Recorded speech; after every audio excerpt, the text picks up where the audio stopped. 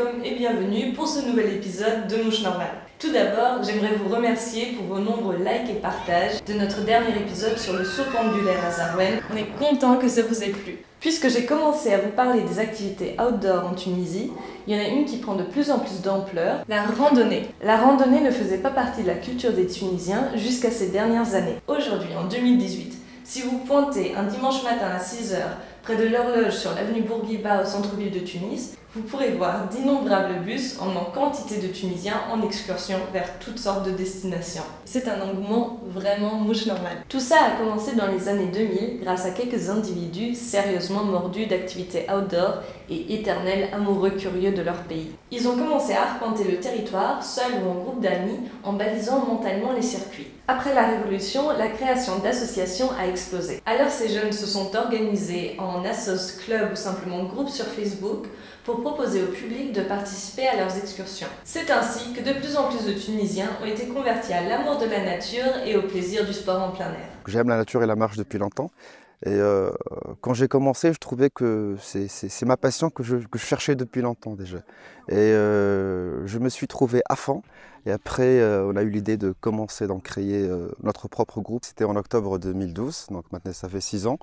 Et donc nous avons conçu au début de lancer plus qu'un groupe de randonnée. En fait, c'est une nouvelle vision d'aller un peu loin pour découvrir de nouveaux sites en Tunisie. On a fait plus que 127 circuits depuis 2012. Ce qu'on fait généralement pour découvrir des circuits, c'est qu'on commence par une petite recherche sur Map.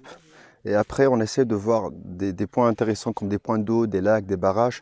Et là, on essaie de relier des points entre sommet, plaine, altitude. On essaie de varier le rythme. On ne tombe pas dans les petits parcours de 5 ou 10 km. On essaie toujours de dépasser les 20 km. Et c'est comme une échelle, donc c'est gradué. On commence début de la saison à partir de septembre, avec un rythme qui peut atteindre donc les 30 ou plus que 30 km en janvier, février, mars. Et après, on commence à baisser un peu le rythme. Donc plus que la température elle monte, nous on baisse un peu le rythme de la randonnée. Bien sûr, tout le monde ne fait pas de la randonnée aussi difficile. Il y en a pour tous les niveaux. J'ai voulu en savoir plus et j'ai accompagné quelques-uns de ces groupes de randonneurs.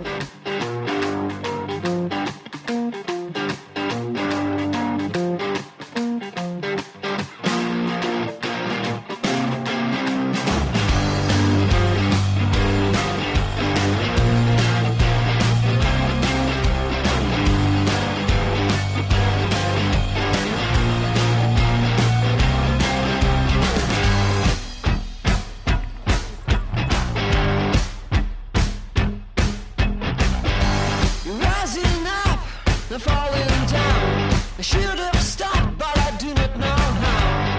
Just for now, let's make things right. Have some fun, or at least we'll try it. You've got your truth, and I got mine. So what the use of blowing my mind? Some kind of game where we both lose. Should I blame if it's not you?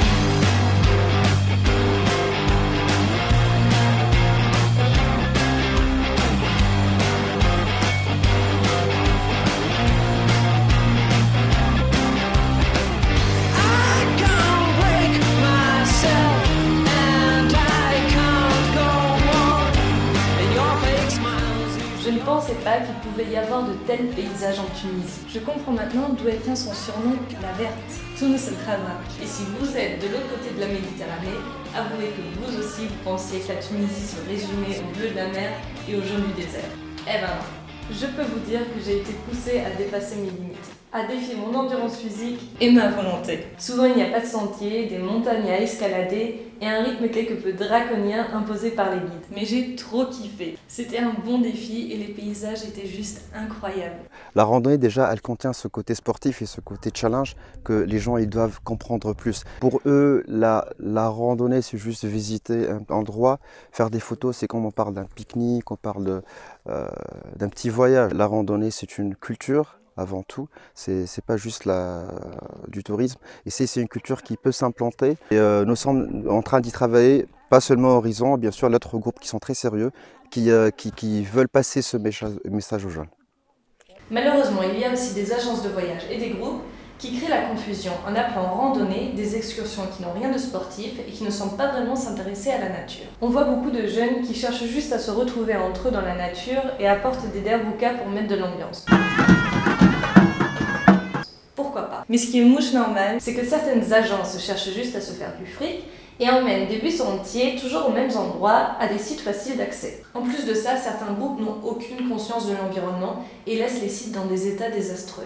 Si je peux vous donner quelques conseils, renseignez-vous bien sur le type d'excursion que vous allez entreprendre. Renseignez-vous aussi sur la difficulté des randonnées. Et surtout, choisissez les bons organisateurs. Ceux qui sensibilisent les participants au respect de l'environnement et à certaines règles de discipline nécessaires aux excursions en groupe. Vous trouverez une liste d'organisations sérieuses sous la vidéo. Abonnez-vous à leur page Facebook pour rester au courant de leurs sorties. Hasilu. Conclusion de cette expérience, je suis extrêmement heureuse. 1. Que des personnes se soient données comme vocation de créer des parcours pour que tout le monde puisse découvrir le pays de l'intérieur. 2. De voir que dans ces groupes, le respect de l'environnement est un acquis. Pas besoin de rappeler que les déchets ne doivent pas être jetés par terre. Et 3. De voir tant de jeunes passionnés rassemblés qui partagent ce hobby dans une ambiance conviviale et solidaire. Et vous, avez-vous déjà fait de la randonnée en Tunisie ? Si oui, racontez-nous vos meilleurs moments et n'hésitez pas à nous partager vos photos sur notre page Facebook. Voilà, c'était tout pour aujourd'hui. En attendant de vous retrouver pour notre prochain épisode de Mouche Normale, Lada, je vous souhaite une semaine mouche normale.